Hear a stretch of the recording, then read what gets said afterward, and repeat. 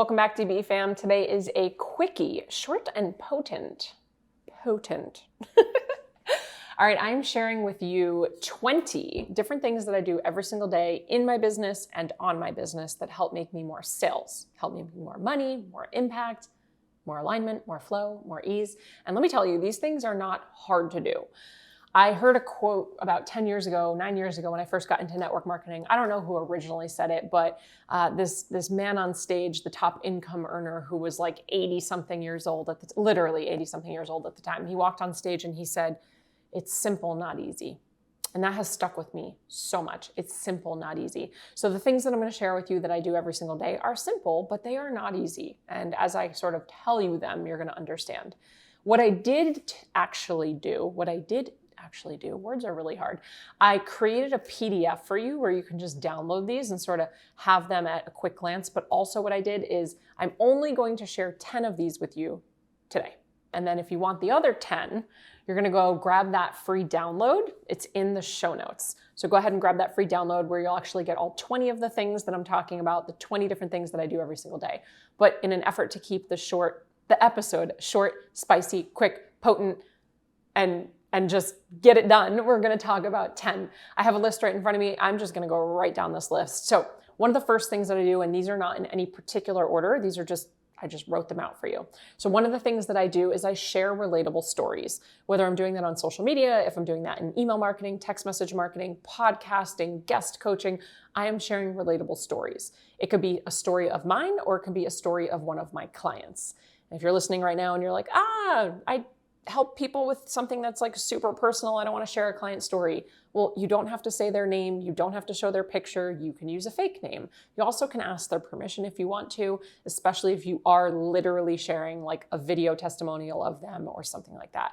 But sharing relatable stories is going to help your potential clients and your audience members obviously feel seen, heard, and understood. In addition to feeling seen, heard, and understood, it's also going to help them with the likeness of seeing there are other people just like me who have the same challenge as me, who have tried the same things as me, who look like me. There are people out there just like me who have had that transformation that I'm trying to get to. And that in itself could be the thing to push somebody over the edge. So number one, sharing relatable stories. Again, it could be your own personal story or someone else's, but you want to share relatable stories. Number two, it's simple, not easy, okay? You want to listen to the needs of your audience member or of your clients. Now, why is this so difficult? Because we're humans and we have egos. And as little humans with really big egos, sometimes we think that we know everything, especially when it comes to our business. It's ours. We created it. We're the one helping people solve a problem. And so we think that we know best, but we don't. In fact, I have seen so many times that clients of mine, even ourselves in our business, every single time I see a business plateau or plummet, it's usually because they stop doing the foundational elements. One of the foundational elements being listening, market research, having conversations with real people about what they're actually going through. What are they actually saying? What is their language that they're using? Not what you think they're using. And here's the thing. I love you, but I love you and a lot of times we are the future version of our ideal client, AKA we once were our ideal client, right? What our client is going through now is something that we went through in the past, hence why we want to help people with it now. And over time, that gap is going to get bigger. It's just naturally going to get bigger from where they are. And once where you were once, that gap, it gets bigger. Years go by and your knowledge and your experience and your new challenges that you're going through, like it just becomes so distant. And as the distance happens, the disconnection happens where you don't actually get it anymore. You might not really remember what it's like. You can have empathy and sympathy, but you might not really get what it feels like to be in the weeds. You might not really remember what's going on and the language that they're using and what they're currently trying. Also, just in general, society, politics, technology, like everything is always evolving and changing. So you always have to keep up with that. So number two is that I'm always listening. What's going down in the comments? What's happening in the DMs? What are current clients of mine saying? What are prospects saying? What do they actually need and want? It's really important to listen. And the second part of the listening is like to take action on that thing, like to make the tweaks, to change, to pivot, to just enhance the slight bit, the nuances that they're actually asking for. it's one thing to listen, it's another thing to listen and actually take action on it. So that's kind of like a two-parter, but listening. Number 3, again, these are not in order. Detach from the outcome. Holy cannoli. Like, we make everything mean something. When we don't understand something collectively, we create meaning. If we don't understand it, we create meaning. We create a story. We write a fable. We create a myth. We create meaning around anything that we don't understand. Perfect, silly little example. Your friend doesn't text you back, or your significant other, or someone you're dating, or someone, whatever, they don't text you back. And hours and hours and hours and hours and hours and hours and hours go by, and you start to create a loop, a story in your head, whether it's that they're with somebody else, they don't like me anymore, they got into a car accident, they're held up at customs in the airport, they got pulled over. Like, we just start creating the most ridiculous scenarios where it's like, a hawk came down and picked them up and flew them across to a different country. It's like, what? They just didn't text you back. And then oftentimes when we find out the real reason why they didn't text you back, it oftentimes is like, oh, my phone fell out of my pocket into the ocean when I was on the boat, or my phone died, or I never saw that you texted me. And it's so simple, yet we complicate it with the stories that we create. So in your business, especially as a content creator who's putting yourself out there all the time, stop making things mean things about you. Try your best. It's hard to do. It's simple, not easy, but detach from the outcome. If I post this reel and it doesn't go viral, everything's going to be okay. Can it still be true that it provided value to one person? Could it still be true that someone who needed to see the thing that you put out saw it? And even if they're quiet and they don't comment and they don't engage and they don't save it and they don't like it and they don't share it, could it be true that that one thing that you said still affected them in a really good way? I know it could be true because I've been on the receiving end of that. I've been the person who, wow, that changed my life, but I didn't actually comment on it, right? So detach from the outcome. When you're in launch, it's not about how many people join and how much money you make. It's, did it get easier? Were you more well prepared? How did you feel? Did you let your health slip? It's so many things that you're measuring. Detach from the one singular outcome, and I promise you're gonna have a lot more fun in your business. Number 4, I am always working on enhancing the customer experience. I believe that a very good product with a really good customer experience will sell itself. What do I mean by that? Our signature program, Empower, it's fabulous. It is, I can say that, and I'm so proud of it. And we still have so much more we can do. We can still continue. It's 5 years in. We can still do more. We can still make it better. We can still make the customer experience better. And that's something that we're consistently, constantly, always focused on. When I'm recording this video, we are currently in the 18th round of Empower. Not one round has been identical to the previous. Every single round has changed. We've added modules, deleted modules, brought in other experts. We've created workbooks. We've created new workbooks. We've made tech tutorials. We've offered templates. We've brought in new types of accountability. We added Zoom breakout rooms for workshop days. We just keep making it better. One of the cool things that we're doing right now is we have a bingo game that happens. So every month, it's a 3-month program. Every month there's a bingo board that the clients are moving through the bingo board, and they have to do blackout bingo, so they have to get the whole board full. And there are all these different markers of both internal and external quote unquote results that they're looking for each month of the program. And then when they complete the board, they submit it. And we take the dozens of people who submit the board on time and we put them into a raffle and we pick winners, and they get gifts from us. They get like actual juicy incentive prizes. So we're gamifying the approach. This is something new that we've created, right? And how do we do this? We take the feedback as neutral. We don't make it mean anything about us. And we move forward making tweaks, enhancements, and iterations to make it better. Why? Because the better customer experience you have, more likely more results will happen for them. In turn, you'll get better testimonials and client sort of case studies. And naturally, they're going to be excited to tell other people about it. And so without you even having to try to market it, now you're getting word of mouth marketing because it's such an incredible product and experience. So every day we are tweaking and refining and honing in on the customer experience. Number 5, practice public speaking. That's just, you just got to do it. It's just part of the business. We get so many clients that come into our beginner level programs who are really scared to show up on social media. And I get that. I totally get it. But I also want you to understand, if you are a service provider, you're a coach, you're a trainer, you're a therapist, you're someone who is selling a service to people people to people, right? And you want to help people grow and you want to help people through a transformation. People are ultimately buying from you. People buy from people. So you're not just selling a mug or a water bottle or a t-shirt, you're selling your service. And if that's the case, you do need to show up. People are going to connect with you and your story. There's that know, like, and trust, that rapport building, that safe container feeling that happens. And so when we're even just following content creators, it's because of who that person is and how they show up. The only way that you're going to get better is by practice. You got to put in the reps. And if you feel not ready or you feel not confident, it's fine. Readiness and confidence are an illusion. They only come when you've done something. We only feel not ready or lacking confidence when we haven't done something before. And the only time that happens is before you do it for the first time. So even after you do something for the first time, even if you bomb it, you've at least done it and you've ripped the Band-Aid off, and now you don't have so much uncertainty going into it because you've done it once before. And as you do it again and again and again and again, that uncertainty is going to shrink smaller, smaller, smaller, smaller, and you're going to become more comfortable, and you're going to wake up one day and you're not even going to remember feeling uncertain. So as a business owner, as a personal brand, as a service provider, and a content creator, which if you're listening to this podcast, you probably are all of the above, right? Like I am. You're going to want to practice public speaking, because if you can't clearly get your message across for what you do and who you help and how you help them, then it's ultimately like you are winking at people in the dark. And if they can't hear you and they can't see you, then you can't help them.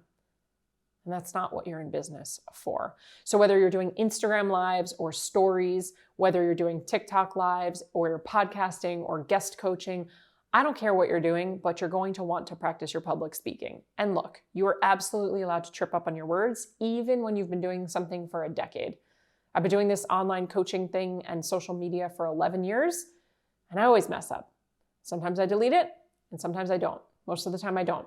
In fact, I don't even remember if it was in this podcast or not, because I'm batch recording today, but I know at least once today, I've already had a hubba moment on the podcast, and I didn't ask our editor to cut it out. I just kept moving because I'm human, because it's okay. All right? So practice public speaking. Number 6, unapologetically sell your offers. Unapologetically sell your offers. You are in business for a reason, and that is to sell a solution. You're also in business because you want to make money. Stop feeling bad about that. Selling is a service. Selling is not sleazy. If you're not making sales in your business, then you're probably not going to have a profitable revenue margin.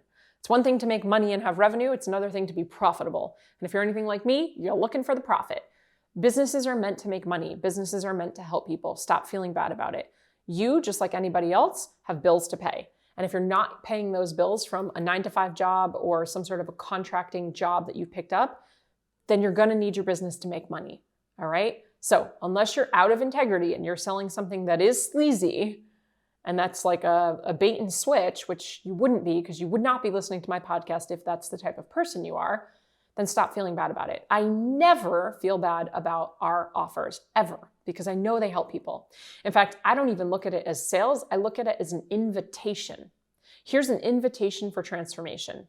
It's an opportunity. Take it or leave it. You got a fork in the road. I'm going to help coach you through it if you want me to. And if you don't want me to, I am certainly not going to push you or try to sway you or convince you or manipulate you. Just like when Mike proposed to me, there was no manipulation. There was no convincing. My decision was made well before he got down on one knee and asked me to marry him. Why? Because we had built rapport, experiences, memories. We had built a life together.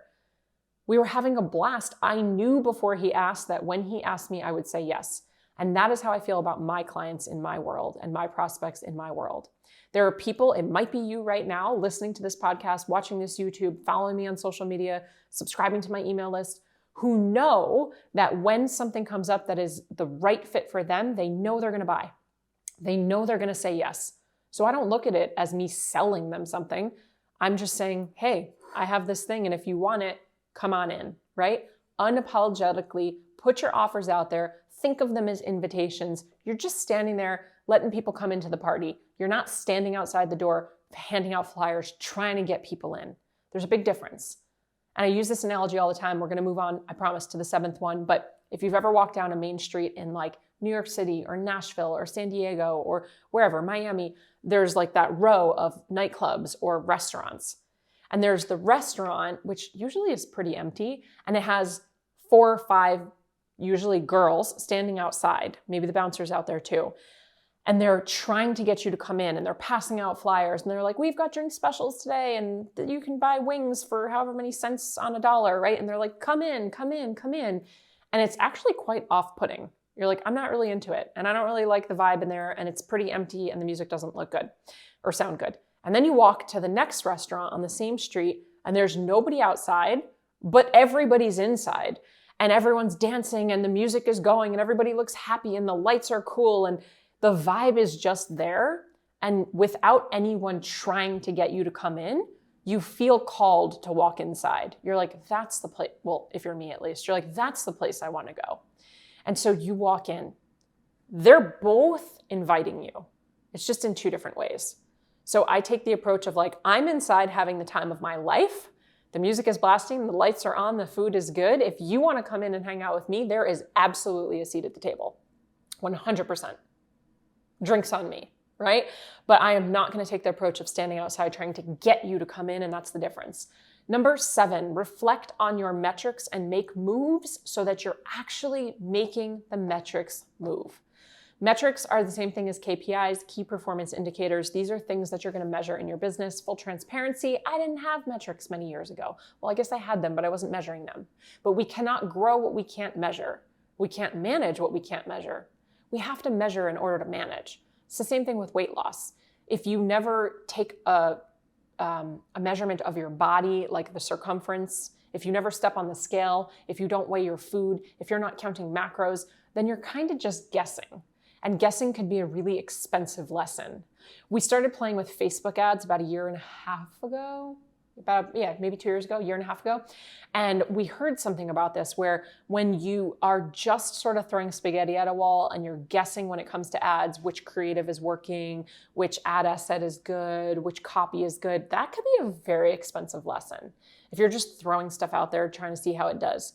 So what you want to do when you're running ads, and this is not an ads conversation, but it's a good analogy, is you actually want to run 2 of the identical ads next to each other with 1 change. So either the picture is different, but the caption is the same, or the caption is different, but the picture is the same. And you want to test them for a little bit of time next to each other and see which one is performing better. Then you take the one that's performing better, and then you can go and compare it to another asset that you're going to compare to by tweaking 1 little thing. So maybe now it's the caption's the same, the picture's the same, but you're changing the font on the picture or the headline or the color, right? Because it could be a very expensive lesson if you're just guessing. Well, the same thing goes for everything else in your business. If you don't know why your Instagram followers are growing, then you can't do more of what's making it grow. If you don't know why your email list is dissolving and so many people are unsubscribing, then you can't fix it. And so week over week, I would encourage you to measure things in your business. It's taken us years to get to this point, but we measure dozens of things every single week. And we are ultimately looking for 1% growth in each area, because 1% growth each week, gosh, that more than doubles the business at the end of the year in terms of growth. So there's tons of things that you could talk about or that you can be measuring. And if you ever want an episode on metrics that you could be measuring, let me know. Just shoot me a DM. Let me know in the comments here on YouTube. Just say, give us more content on metrics. I'm happy to talk about it. This is something that the team and I take very seriously. Number 8, 9, 10, I learned something new. I move my body and I sit in gratitude. All right. Every single day, I'm learning something new. Whether I'm listening to a podcast, I'm reading a book, I'm going through a course, I'm always learning something new because I believe that leaders are learners are leaders. It's my job. I also am obsessed with being a student. I mean, I went to multiple colleges. I have multiple degrees. I love learning. I believe we should all be lifelong learners because if we're not learning, then what, right? I'm not here to be stagnant. I'm not here for complacency. It's not about having to be the best and be a billionaire and do all this stuff. It's just like, I want to be learning. And as I've gotten older and I've been able to remove my ego and admit that I'm wrong or that I don't know things, even though Mike might say I don't do it often enough, it's a work in progress. I love learning. I love disagreeing with people. I love hearing other sides of the story, other perspective. I'm like, sway me, change my opinion, like bring it on, let's go. And I do, for me, think that has come with age. And I'm super grateful for that. And so if you're listening and you're young, work on it sooner. If you're listening and it hasn't happened yet, work on it now. If you're listening and it's something that has happened for you in the past, you're like, yes, I totally hear you. I'm so grateful for my just zest for learning. I love learning. Oh, it's the best. So I'm always learning something new. I'm always moving my body, whether it's slow and yoga and Pilates, whether it's going for a run, if it's doing sprints, if it's outside, if I'm taking a hike, if I'm stretching, or if it's hardcore CrossFit kettlebells, whatever that might be. I'm always moving my body, and I'm so grateful that I have changed my relationship to that over the years through my eating disorder and just changing my relationship to movement. There was a solid decade that if I was not laying on the ground in a puddle of sweat, like about to throw up, then I didn't think it was good. It wasn't a good enough workout. And so I would get to the point of like almost breaking myself down every single workout for it to be good enough. And now it's not about working out. It's not about fitness. It's not about a vanity metric. It's not about how I look. And I couldn't say that many years ago, especially as a fitness model and a bodybuilding competitor and someone with an eating disorder. That was my life for so long. And I'm so grateful for it because I learned so many cool lessons and I met so many incredible people. But also, it's like mental health for me. I mean, it is my sanity. Moving my body, and it's not about going to the gym. It's just moving my body. Energy is real. Energy is a frequency. Energy moves through our bodies. Everything is made of energy. This table is energy. This mug is energy. The water inside the mug is energy. I am energy. And when energy gets stuck, it can cause dis-ease. It can cause discomfort. It could cause literally things like, knots in your neck or tweaks in your body or achiness or even more. We're not going to go down this rabbit hole today. It's kind of the Joe Dispenza, a lot of what he teaches, quantum physics and stuff as well. But like really, truly, stuck energy causes dis-ease, gut issues, pain, disease, cancer, tumors, all of these things, resentment, anger, hostility, guilt, shame, like all of this stuff. And so the best way out is through, right? The only way to get through it is to move it. And so when in doubt, shake it out. And so sometimes I'm just dancing, I'm shaking, I'm literally like just flicking the energy out of my body.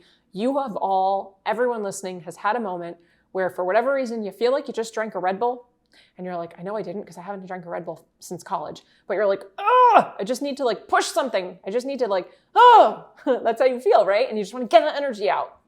Moving my body has changed the game. And number 10, sitting in gratitude. I mean, do we even need to talk about it? I feel like I can do a whole episode on gratitude. Gratitude. It is the best. It's the best reset. It's the best central nervous system calming. It's the best perspective shift. It's the best way to serve others. It's the best way to see what you already have in front of you. It's the best way to feel happiness and fulfillment without going and doing anything, having anything, getting anything, creating anything.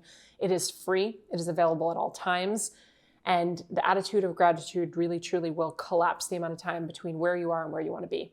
Gratitude is the quickest way to get to manifestation. It's the quickest way to get to your desire. So every day I sit in gratitude, whether that is literally journaling it out or hitting 3 things or 5 things or talking it through with Mike. It's how can I bring myself back to gratitude for what I have, where I'm currently at. And if you're anything like me, I know you've experienced a tiny little cold, just a little stuffy nose. And on that day that you have a stuffy nose, you're like, man, what I would do just to be able to breathe again. You're looking at the people around you and you're like, oh, they're so lucky. They can breathe. I just wish I could breathe. And then you probably tell yourself some story, universe, God, Allah, Buddha, whoever, spirit, pizza, as we say in our company. And you're like, pizza, I promise, if you just let me feel better, I'll be so grateful. I'll never complain again, right? And then a day or 2 later, you feel better. And a day after that, you're complaining again. Or you're thinking about all the things that you don't have. And that's fine. It's human nature. It's the human experience. There's nothing wrong with you. We all do it. But that moment of sheer gratitude where you're like, man, it just feels so good to be able to breathe. I'm so grateful that I can sit here. I'm so grateful for this iPhone and this ring light and for you listening. I'm so grateful for my adorable dog who's sitting next to me. I'm so grateful for my supportive husband, my health, my ability to go to the gym this morning. Yeah, there's a lot of things I can focus on that are not what I want or where I want them to be right now, or things that aren't going my way in my life. But what we focus on, we find. And that's the RAS, the reticular activating system. Everybody's experienced this before. You go and you finally buy your dream car and it's a silver Honda Civic. And all of a sudden you're driving it around and you're like, man, every car on the road is a Honda Civic. How did that happen? Did everybody go just buy Honda Civics that are silver? No, they always had them. But what you focus on, you find. And so your focus was on that dream Honda Civic. I said it, right? That was one of my first cars. And so your focus is there, and all of a sudden you start seeing it. You're all of a sudden awake to it. It's the RAS, the reticular activating system. So if you can be that powerful and you can find what you focus on, then why wouldn't you focus on things that make you happy, things that make you feel fulfilled, things that make you grateful? So every day I sit in gratitude. Now, as I said at the beginning of this episode, because this was longer than I expected, I gave you 10 more. Some of these are tactical things that I do in my business, just as I said before, whether that is listening to clients and making tweaks or counting my metrics and tracking them so I can manage them. Some of them are going to be more mindset related, like sitting in gratitude or just moving my body, which is energy related. So I've got 10 more for you. You can go ahead and hit the link in the show notes to download all 20 things. These are 20 things that I do every single day, regardless of how I feel, no matter what season I'm in and what I'm working on or working towards. I do these 20 things every single day, and I can promise you, as someone who's been in business for many, many years, these 20 things are a huge reason why I see success in my business. Happiness, fulfillment, alignment, ease, flow, clients, more new audience members, respect, integrity, impact, income, the ability to scale, comes back to these 20 things. So I'd love if you check out the other 10, go grab that download. When you do, take a screenshot of it.